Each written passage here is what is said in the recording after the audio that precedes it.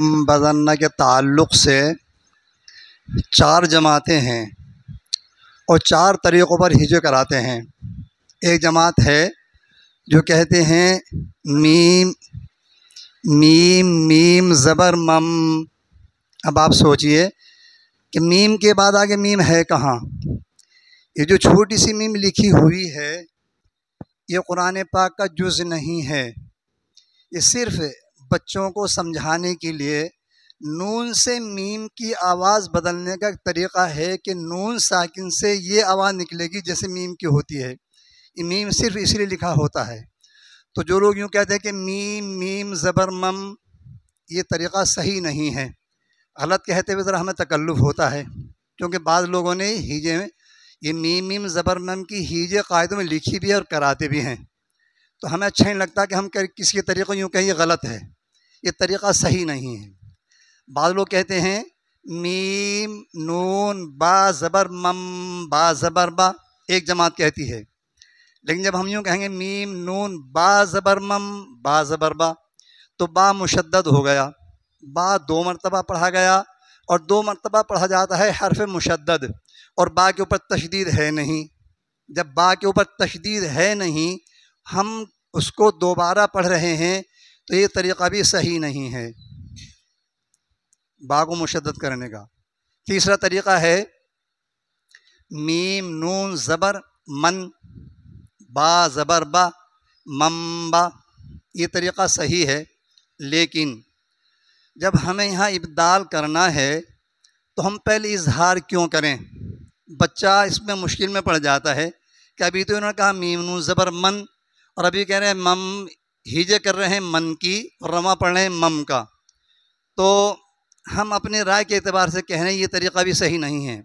ہم ہیجے کراتے ہیں کہ صرف نون پڑھ کر کے نون کی آواز میم سے بدلتے ہیں، میم نون زبر مم با زبر با مم با، میم نون زبر مم با زبر با۔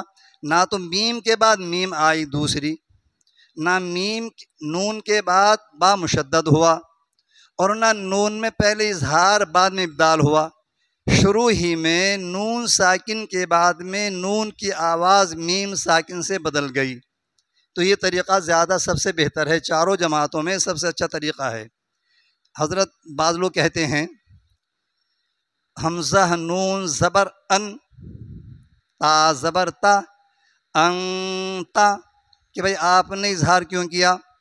ان کا کہنا یہ ہے کہ نون ساکن کے بعد تا اخفا کا سبب ہے، جب سبب آئے گا تب اخفا ہوگا، جب نون ساکن کے بعد سبب ہی نہیں آیا تا تو اخفا کس چیز کا؟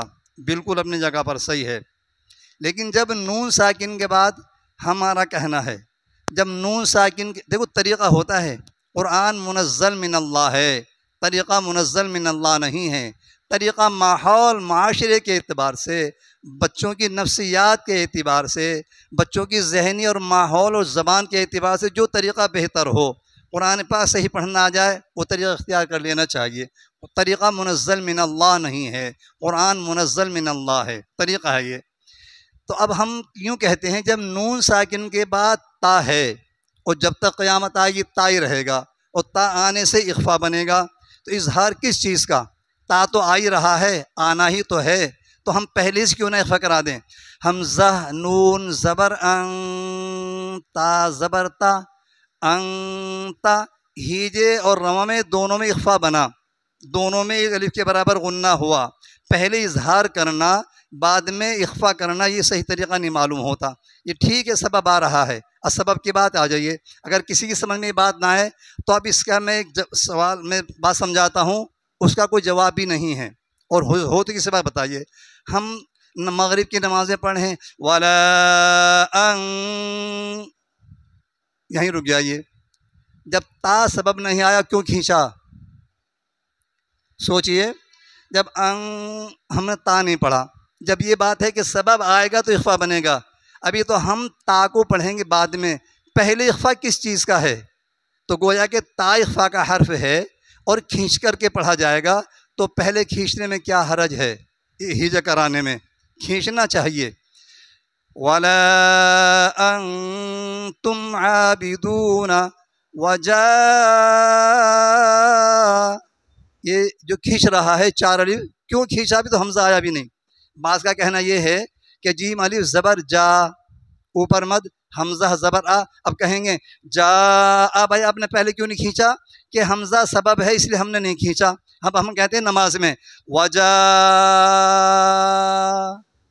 حمزہ تو آیا نہیں، سبب تو نہیں آیا، کیوں کھینچا؟ گویا لہذا حمزہ آنے کے بغیر بھی کھینچنا پڑے گا، چونکہ ہمیں معلوم ہے آگے حمزہ ہی آئے گا، جا خا نہیں آئے گا، جا فا نہیں آئے گا، جا ہی آئے گا، حمزہ ہی ہے، تو اس لیے کھینچنا چاہیے۔ تو ہیجے کرنے میں ہمارے اپنے ایک مشورہ ہوا، ہمارے محتمم سابق مفتی سفیر الدین صاحب، حضرت مولانا عبد القادر صاحب، مولانا عقیل صاحب، مولانا نسیم صاحب اور ہمارے دوسرے حضرات، اس میں ہمارے باقاعدہ سے مشورہ ہوا، طے ہوا کیا کرنا چاہیے کہ نہیں، چونکہ یہ علماء بھی ہیں، جہاں قاری ہیں ہمارے مولانا عبد القادر صاحب ماشاءاللہ قراءت سے، اور ہمارے مفتی صاحب رحمۃ اللہ علیہ تو سبق قراءت کے قاری بھی تھے، ماشاءاللہ سبق کے قاری بھی تھے اور بڑی صلاحیت کے مالک تھے، تو ان سب نے کہا نہیں ہیجے میں ہی کھینچنا چاہیے۔ بعض لوگ کہتے ہیں فا زبر فا، میم نون زبر من، فمن، یا عین زبر یا، فمن یا، بچہ کہتا ہے ارے ابھی تو پڑھا انہوں نے فمن، اب کہہ دیا فمن، یہ کہاں سے کیسے ہوگا، کیا ہو گیا یہ؟ تو جب ہمیں معلوم ہے ادغام کے لیے شرط ہے دو کلمے ہونا، ادغام کے لیے شرط ہے دو کلمے ہونا، مدغم پہلے کلمہ میں، مدغم فی دوسرے کلمہ میں ہونا، مدغم کا ساکن مدغم فی کا مشدد ہونا، بغیر مشدد کی ادغام نہیں ہوگا۔ تو ہم بعد میں کیوں کریں گے مشدد؟ پہلے ہی کیوں نہ کر دیتے؟ بچے کے لیے آسانی بھی ہے، بچے کو غنہ کرنا بھی آ گیا، تشدید کرنی بھی آ گئی، نہیں آیا تو استاد نے سکھا دی، فا زبر فا، میم نون یا زبر من، یا عین زبر یا، فمن یا، ایک ہی سانس میں کہیے، ان تک ہی ایک ہی سانس میں کہیے۔ حضرت قاری جمشید صاحب دامت برکاتہم صدر القرہ دارالعلوم دیوبند، ان کے سامنے یہ سوال کیا گیا کہ جی بعض لوگ کہتے ہیں کہ جا حمزہ کو الگ کہنا چاہیے اور مد بعد میں کرنا چاہیے، اور گاؤں والے ایسے کراتے ہیں کہ بھائی اگر گاؤں والے ایک ساتھ میں کہتے ہیں جیم علی مد زبر جا حمزہ زبر آ تو صحیح ہے، تو ہم لوگ ایک ہی سانس میں پڑھتے ہیں، مد متصل اسی کلمہ میں حمزہ کو لے کر کے آتے ہیں، تو فمن یعمل، فمن یعمل، فمن یعمل، تو پہلے بچے کو اس میں دشواری بھی ہوتی ہے، بات سمجھ میں نہیں آتی، بھائی پہلے انہوں نے صرف نون ساکن پڑھا، اظہار کیا، اب ادغام کیوں کیا بعد میں؟ تو ہم جب ادغام ہونا ہی ہے اور نون ساکن کے بعد یا ہی آنا ہے اور یا مشدد ہی ہونا ہے، تو ہم شروع ہی سے اس آسانی کیوں نہ پیدا کر دیں بچے کے لیے؟ فا زبر فا، میم نون یا زبر من، یا عین زبر یا، فمن یا۔ جو حضرات ناظرہ پڑھاتے ہیں وہ ہیجے کرانے میں عجلت سے کام نہ لیں، جلد بازی سے نہیں، حروف کو جیسے حضرت نے فرمایا کہ جن حروف کی ہیجا میں دو حروف ہیں، وہ 29 حروف ہیں، 12 حرف ہیں، با سے لے کے یا تک 12 حروف ہیں، با، تا، سا، حا، خا، را، زا، طا، وا، فا، ہا، یا، ان کو ایک الف کھینچیں۔ جن حروف کی ہجا میں 3 حروف ہیں وہ 15 ہیں، ان کو زیادہ کھینچیں، جیم، سین، شین، اس طرح سے، اور جب ہجا کرنا ہے ان مقدار کا لحاظ کریں، جیسے حمزہ زبر آ، با زبر با، ابا، دال دو زبر دن، ابدن، اب بعض بچے حمزہ زبر اب ابا، ابا دال دو دن، ابدن، تو ہجے تو صحیح نہیں ہوتی نا، اور جب بچہ ہجے کرنے میں تلفظ صحیح ادا نہیں کر رہا ہے تو رواں پڑھنے میں بھی غلطی کرے گا، لہذا ہیجے کرنے میں ہی حروف کی ادائیگی صحیح، زبر زیر پیش بھی نہیں، تو پیش پھر کہے گا بچہ جیم پہ جو، لام جبلہ، یہ کہے گا، وہ جیم پہ جو بولے گا نا، وہ پھر جیم پیش جو، لام زبر لا، پا زبر پا، عام طور سے وسطن جیسا حرف ہے، تو بچے کو معلوم ہے، بتا دیا کہ سین باریک طا پر، تو سین کی باریک ہونے کا اثر طا پر پہ پڑ جاتا ہے، بچے کہتے ہیں وسطن، استاد نے کہا بھائی طا پر کرو، اب وہ کہتا ہے وسطن، اب سین کو پر کر دیتا ہے. تو سین اور طا میں دونوں فرق ہے ہیجے کرانے میں، اور ہیجے صحیح ہوگی تہی بچہ صحیح تلفظ ادا کر سکتا ہے. عام طور سے قاری لوگ کہتے ہیں وسطنا وسطنا، جب طا پر کرتے ہیں فوسطنا به فوسطنا به، طا کی وجہ سے سین کا بھی ساتھ بنا دیتے ہیں، اور بعض لوگ سین کی وجہ سے طا کو باریک کر دیتے ہیں. تو سین باریک سین ہی رہے، اس کی صفت کے اعتبار سے طا پر ہی رہے. اور کچھ بات حضرت کا پروگرام ہے اصل، تو کوئی بات ہو اس سے متعلق، کوئی ایک نون قطعیہ قائد ہوا تھا مبینین، اس کی اصل تھی مبینین اقتلو، بعد میں نقل، پہلے اصل ہے میم پیش مو، با یا زیر بی، مبی، نون دو زیر نن، مبینن، یہ ہے اصل تنوین. حمزہ قاف پیش اق، تا پیش تو، اقتو، لام واو پیش لو، اقتلو، مبینن اقتلو، یہ اصل ہے مبینن اقتلو. ہم بعد میں ایک بچے سے ایک جملہ کہلا دیتے چھوٹا سا سے، مبینن اقتلو سے، پھر کیا بنا؟ اصل تھے مبینن اقتلو، اس سے کیا بنا؟ مبینن اقتلو سے میم پیش مو، با یا زیر بی، مبی، نون زیر نی، مبینی، نون قاف زیر نق، مبینی نق. وہ حرکت کو تنوین کی ایک حرکت کو مخصوص کسرہ دے کر کے پڑھیں گے. تا پیش تو، مبینی نق تو، لام واو پیش لو، مبینی نق تو لو. جب بچے حروف ادا کریں تو معروف اور مجہول کا خاص خیال رکھیں. بچے مجہول مبینین قتلو، تو لو، تو لو، جتنے ہونٹوں کی واو مدہ واو مشدد کی ادائیگی میں جتنے ہونٹوں کا دائرہ جتنا زیادہ گول ہوگا، ہونٹوں کا دائرہ جتنا زیادہ گول ہوگا اتنا حرف معروف ادا ہوگا، اور جتنا زیادہ گول نہ ہوگا چوڑا ہوگا اتنا مجہول ہو جائے گا، لو ہو جائے گا، لو. یہ ہیجے مبینن نون قطنی کی ہیجے کرنے کا طریقہ ہے. اور کسی بات کوئی بات ذہن ہو تو ٹھیک، ورنہ حضرت دعا فرما دیتے ہیں. جی ہاں، نہیں یہاں تک تو ہو جائے گا.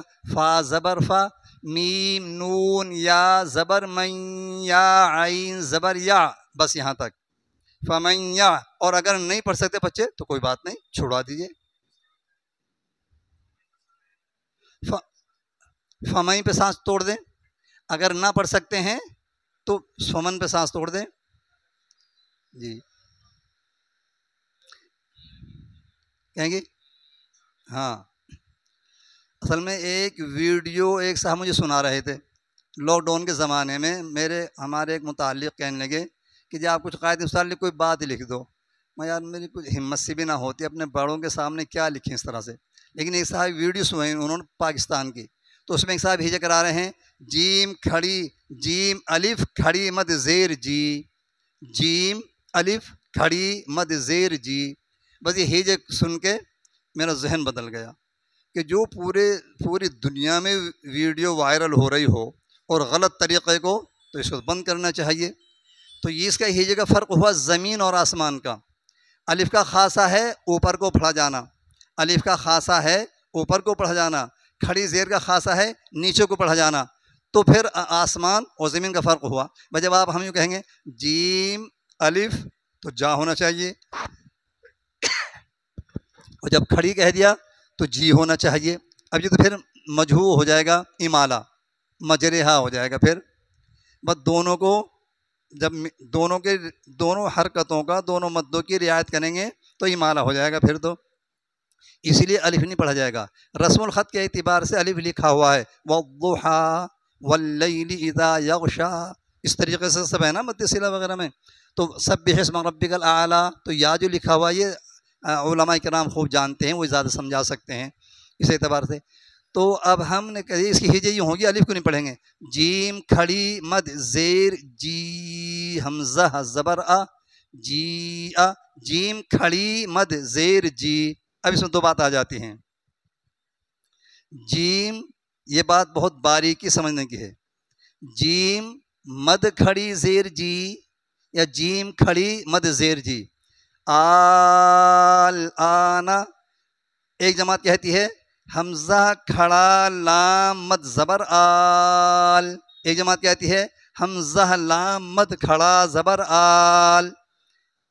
بعض لوگ تو حمزہ کے اوپر ہی شروع میں کھڑا زبر لگا دیتے ہیں اور بعض آخر میں آ کے سارے حرف کہہ کر کے تب لگا دیتے ہیں.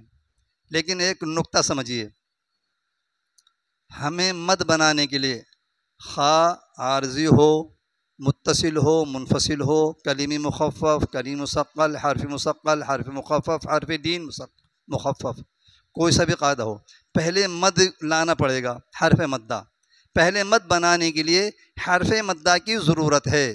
مد بنانے کے لیے پہلے حرف مدہ کی ضرورت ہے. تو جب ہم آل آنا بنائیں گے تو وہاں الف تو ہے نہیں، تو وہاں مد بنانے کے لیے پہلے الف حرف مدہ کی ضرورت ہے، کوئی سا بھی ہو. مد بنانے کے لیے پہلے حرف مدہ کی ضرورت ہے. آل آنا میں الف نہیں ہے، بلکہ الف کا کام قائم مقام کیا ہے؟ کھڑا زبر. کھڑا زبر قائم مقام الف مدہ کے، کھڑی زیر قائم مقام یا مدہ کے، الٹا پیش قائم مقام واو مدہ کے.